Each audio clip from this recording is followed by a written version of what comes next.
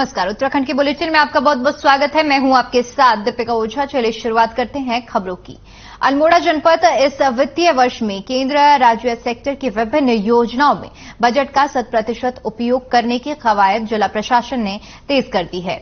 जिले में केंद्रीय राज्य सरकार ने दिए बजट को सापेक्ष 80% तक बजट का उपयोग किया जा चुका है।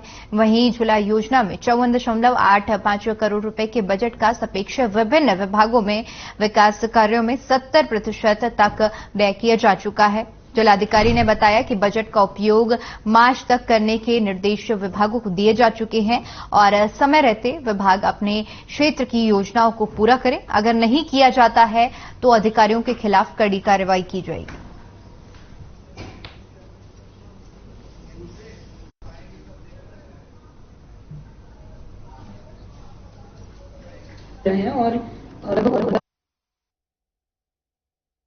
जनवरी माह तक जिला योजना के अंतर्गत लगभग 70% खर्चा किया जा चुका है और केंद्र सेक्टर, राज्य सेक्टर और अन्य भारत सहायतित परियोजनाओं को मिलाकर ओवरऑल जो जिले को बजट मिलता है विभिन्न योजनाओं के अंतर्गत 80% के आसपास खर्च हमारा जनवरी माह तक हो चुका है। इसमें सभी विभागों को वित्तीय वर्ष के अंत तक पूरा बजट व्यय किए जाने के निर्देश जारी किए गए हैं।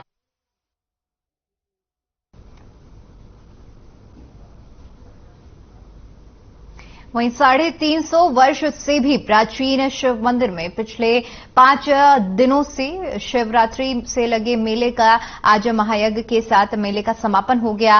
इस दौरान मेला कमेटी के सचिव किशोर मल्लिक ने कहा कि शिवरात्रि से 5 दिवसीय मेले का महादेव की कृपा से मेले का समापन कर दिया गया है।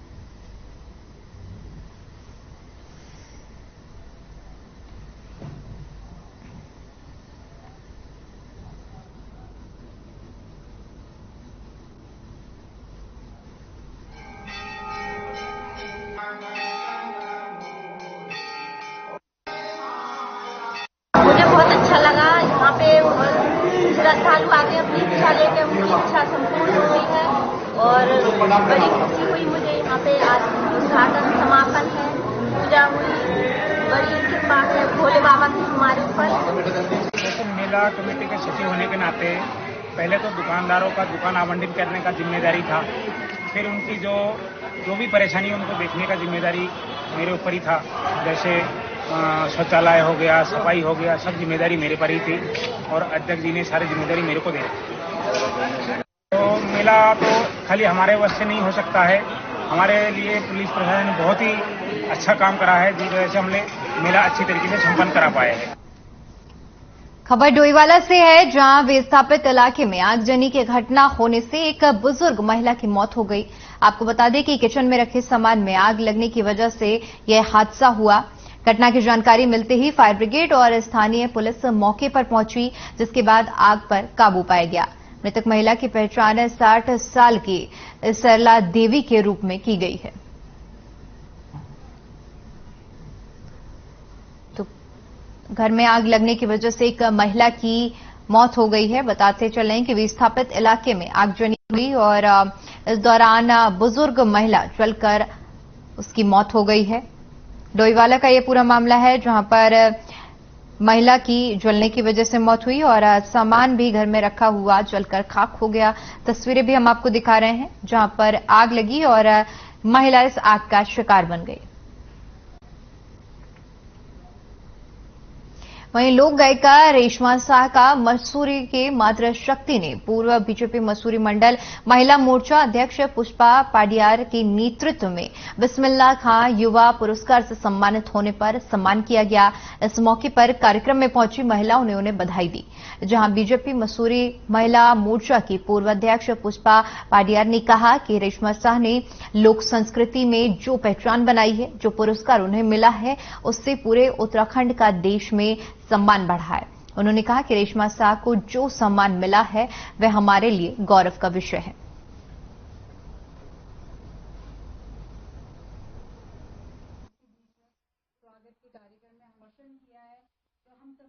जी देखिए, आज हमारे बीच में उत्तराखंड की स्वर कोकिला रेशमा शाह जी, जिनको कि उस्ताद बिस्मिल्लाह खां युवा अवार्ड से पुरस्कार सम्मानित किया गया। उसी उपलक्ष्य में आज हमने यहाँ पर उनको सम्मानित होने का कार्यक्रम रखा गया है। ये बहुत ही हम लोग के लिए गौरव का विषय है कि एक उत्तराखंड में हमारे खास तौर से हमारे मसूरी से और उत्तराखंड से इन्होंने अपनी लोक संस्कृति और कला को आगे बढ़ाने का काम किया। देश विदेश पूरे उत्तराखंड में आज हमारा नाम रोशन किया है। तो ये निश्चित ही हम लोग का सौभाग्य है कि हम लोग उनका स्वागत सम्मान यहाँ पर कर रहे हैं। और मैं यही कहना चाहिए, भारत सरकार द्वारा युवा उस्ताद बिस्मिल्लाह खान जो सम्मान मुझे मिला है, ये सम्मान मेरी समस्त उत्तराखंड की बहनों के लिए है, मेरी मातृशक्ति के लिए है और मेरे उत्तराखंड के लोगों के लिए है। ये मान सम्मान जो आज उत्तराखंड के लिए आया है, ये एक बेटी का संघर्ष है। मैं यही कहना चाहूंगी कि ये जो मान सम्मान आज उत्तराखंड के लिए आ रहा है, ये उन मेहनती पहाड़ की बेटियों का है, पहाड़ की मां का है और समस्त जनता के लिए कहूंगी, अब तो उत्तराखंड के समस्त लोगों के लिए। खबर पौड़ी के सतपुली तहसील क्षेत्र के एक गांव से है, जहां 12वीं कक्षा की छात्रा से गांव के ही एक युवक ने जबरन दुष्कर्म कर दिया। पीड़िता की तहरीर पर राजस्व पुलिस ने पॉक्सो एक्ट में मामला दर्ज किया है। मामले को रेगुलर पुलिस को हस्तांतरित कर दिया गया है। जिलाधिकारी पौड़ी डॉक्टर आशीष चौहान ने बताया कि सतपुली तहसील के एक गांव में 12वीं में पढ़ने वाली नाबालिग किशोरी की तहरीर के अनुसार पास गांव के ही एक 43 साल के युवक ने उसके घर के पास खेतों में उसके साथ दुष्कर्म किया। जिलाधिकारी ने मामले की गंभीरता को देखते हुए मामले को रेगुलर पुलिस को ट्रांसफर कर दिया है। इसके साथ ही पुलिस को निर्देशित किया गया है कि जल्द से जल्द आरोपी युवक को गिरफ्तार किया जाए।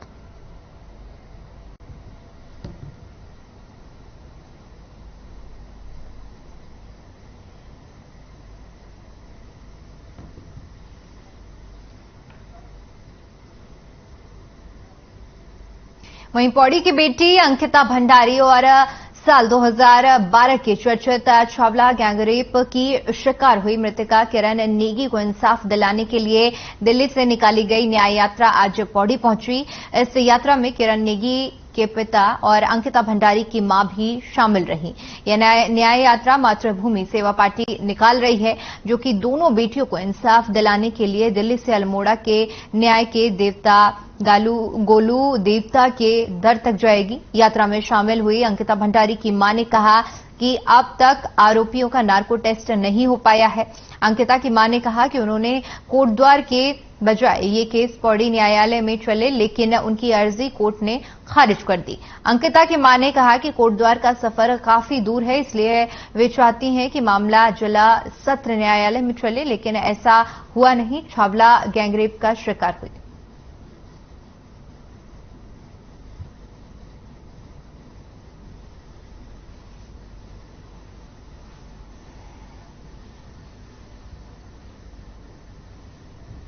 अभी तक तो नार्को टेस्ट भी नहीं हुआ।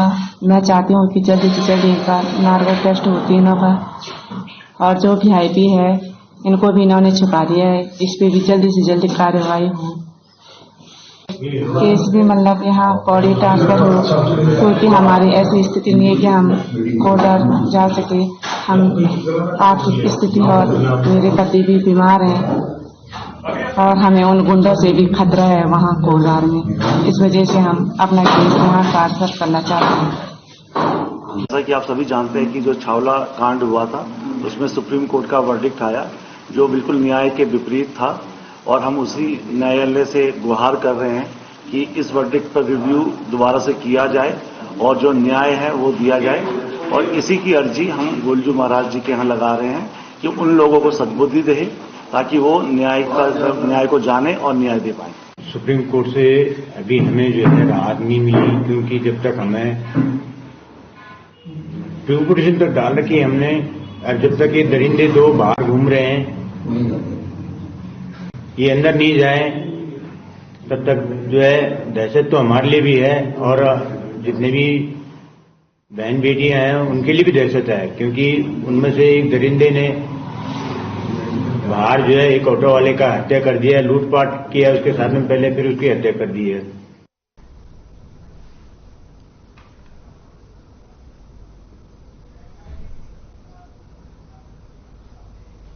ज्वालिका बंगाली कल्याण समिति के अध्यक्ष और श्रीमद भगवत कथा व्यास आचार्य रामचंद्र राय ने एक बार फिर बंगाल भाषा को नवीन शिक्षा सत्र 2023 में लागू करवाने के लिए जन जागरण अभियान शुरू किया है। इस दौरान गांव-गांव में पहुंचकर लोगों को बंगला भाषा की पुस्तक देते हुए शासन प्रशासन से लोगों को अपने स्तर से मांग करने की अपील भी की है।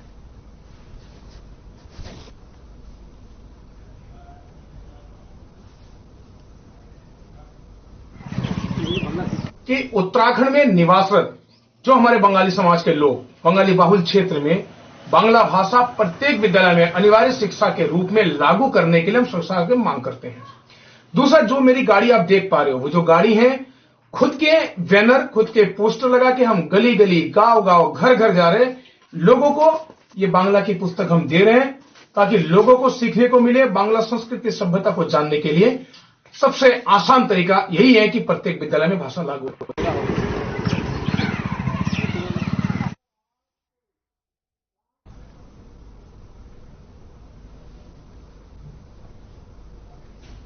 वहीं उत्तराखंड में नशा तस्करी और गौ तस्करी पर अंकुश लगाने के लिए प्रशासन ने पहली बड़ी कार्रवाई की है। प्रशासन की टीम ने पुलबट्टा इलाके से 2 आरोपियों की 2,06,50,000 कीमत की चल अचल संपत्ति को कब्जे में ले लिया है। आपको बता दें कि पुलबट्टा के फाजिल खान पर स्मैक तस्करी और सिरौली कला के वसीम पर गौ तस्करी का आरोप है। पुलिस ने बताया कि दोनों आरोपियों पर आधा दर्जन से ज्यादा मामले दर्ज हैं। प्रशासन के अनुसार दोनों आरोपी एक बड़े गिरोह का हिस्सा है। प्रशासन की कार्रवाई के दौरान भारी पुलिस फोर्स मौके पर मौजूद रहा। पुलबट्टा थाना अध्यक्ष कमलेश भट्ट ने बताया कि नशा तस्करी और गौ तस्करी करने वाले लोगों के खिलाफ कड़ी कानूनी कार्रवाई अमल में लाई जाएगी और अवैध कारोबार से अर्जित की गई संपत्ति को भी प्रशासन अपने कब्जे में लेगा।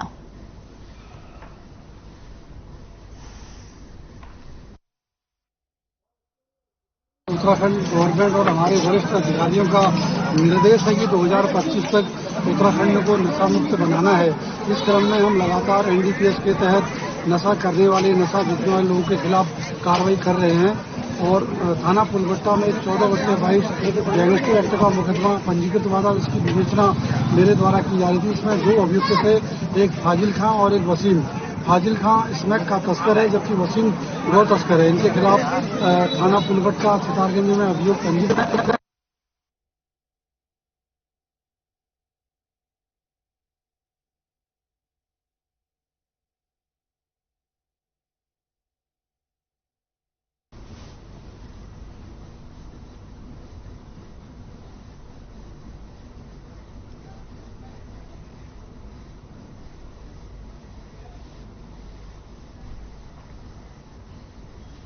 चलिए अब आपको सीधा टेहरी लिए चलते हैं जहां पर योजनाओं का लोकार्पण और शिलान्यास कार्यक्रम रखा गया है और कार्यक्रम में सीएम धामी भी शामिल हैं।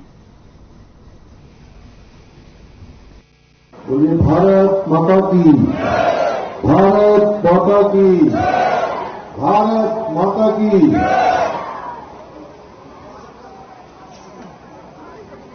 आज टिहरी जनपद की विभिन्न विकास योजनाओं के लोकार्पण व शिलान्यास के अवसर पर अभी जिनको आप सुन रहे थे, हमारे टिहरी जनपद के जनपद प्रभारी के नाते आप सबके बीच में लगातार समन्वय का काम करने वाले हमारे वरिष्ठ कैबिनेट मंत्री आदरणीय प्रेमचंद अग्रवाल जी,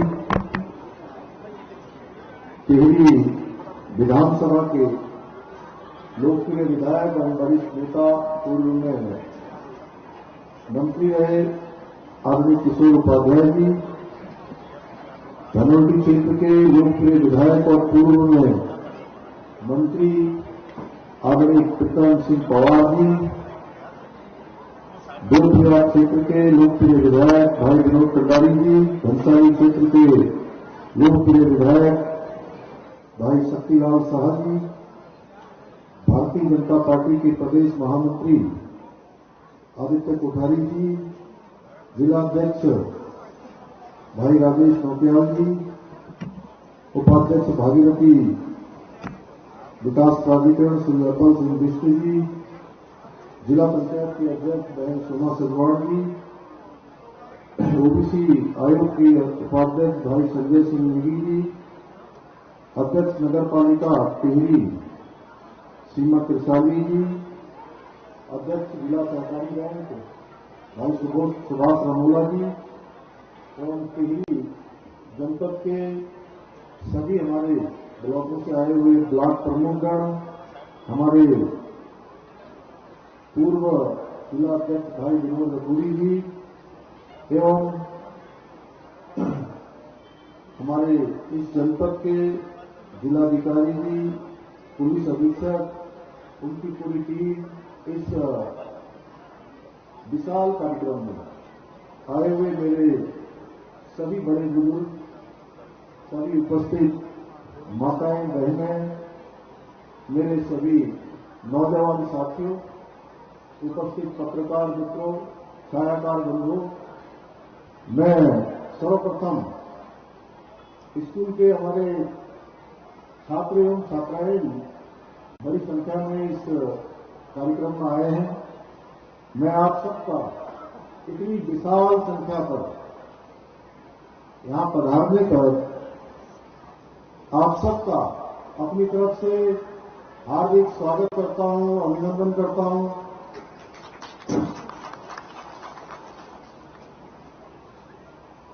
टिहरी की ये भूमि जिसने एक से महान बुजुर्गों को जन्म दिया है, जिसके बारे में अभी हमारे यहाँ के लोकप्रिय विधायक आदरणीय किशोर उपाध्याय जी ने उसका वर्णन किया। बड़गुनी जी, वीर गब्बर सिंह जी, श्रीदेव सुमन जी जैसे अनेकों ने हस्तियों ने इस वीर भूमि में, इस देवभूमि में जन्म लिया है और अपने महान कार्यों से संपूर्ण भारत को एक दिशा देने का काम किया है। आज यहां पर लगभग 533 करोड़ रुपए की विभिन्न योजनाओं का आज लोकार्पण एवं शिलान्यास किया गया है। निश्चित रूप से ये सभी आने वाले समय में ये विकास कार्य हमारी प्रगति के स्तंभ बनेंगे। इससे न केवल टिहरी बल्कि टिहरी के आसपास के सभी क्षेत्रों में इसका लाभ मिलेगा।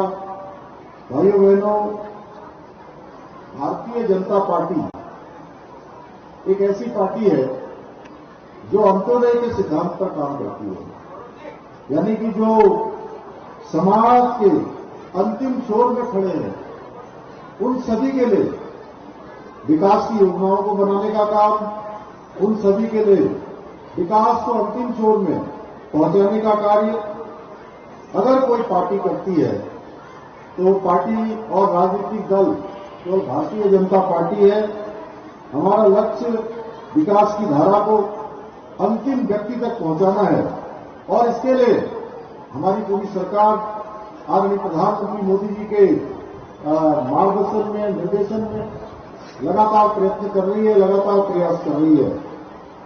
हमारे लिए अगर सबसे पहले कोई काम है तो वो काम है राज्य की जनता की सेवा करना और जो भी फैसला हम ले रहे हैं वो सब सारे फैसले यहां की जन भावनाओं पर आधारित हैं, यहां की जनता की अपेक्षाएं हैं, आकांक्षाएं हैं, क्योंकि हमारी सरकार का हमेशा ये प्रयास रहा है कि समाज के हर वर्ग के जीवन स्तर को ऊंचा उठाएं, उत्तराखंड को आगे बढ़ाएं, उत्तराखंड को हिंदुस्तान के श्रेष्ठ राज्यों में शामिल होने के लिए प्रयत्न लगातार करते रहे। भाइयों बहनों, हम केवल फैसले ही नहीं ले रहे, केवल निर्णय ही नहीं कर रहे हैं, निर्णय करने के साथ साथ इन सभी फैसलों को धरातल पर उतारने का काम भी कर रहे हैं।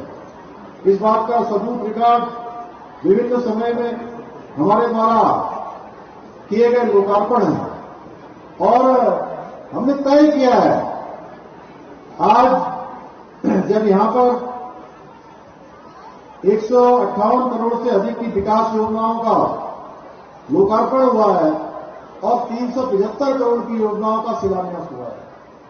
और भाइयों बहनों, मैं आपसे कहना चाहता हूं, हमने तय किया है, ये संकल्प लिया है कि माननीय प्रधानमंत्री मोदी जी जिन योजनाओं का भी शिलान्यास करते हैं उन योजनाओं का लोकार्पण करते हैं।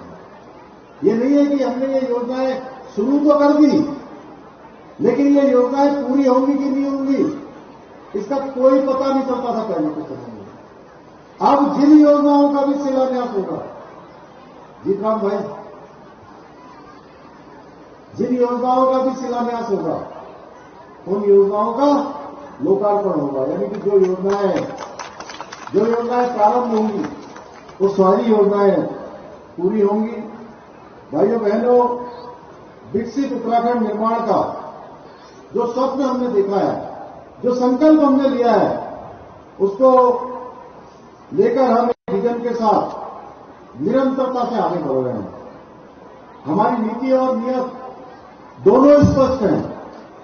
इसलिए आज उत्तराखंड में पहले से कहीं अधिक नौकरी के अवसर मिल रहे हैं। भाइयों बहनों, हमारे द्वारा निष्पक्षता से लगातार भर्ती परीक्षाओं को सकुशल संपन्न किया जाने हेतु समुचित प्रयास किया जा रहा है, परंतु विपक्ष के द्वारा जिनकी जमीन गायब हो गई है, जिनके पैरों के नीचे जमीन नहीं है भाइयों बहनों, उनके द्वारा प्रदेश के भोले भाले छात्र भाइयों को, प्रतिभागी परीक्षाओं में भाग लेने वाले भाई बहनों को लगातार बरगलाकर उन्हें सरकार के विरोध में खड़ा करने का काम किया जा रहा है। मैं विपक्ष के लोगों को आज आप सबकी उपस्थिति में इतने हजारों के जनसमूह के बीच से कहना चाहता हूं कि आज हमारे प्रदेश का युवा भटकने वाला नहीं है। उसे सही और गलत दोनों का फर्क सही तरीके से पता लग गया है कि कौन उनके हित में काम कर रहा है और कौन केवल बरगलाने का काम कर रहा है।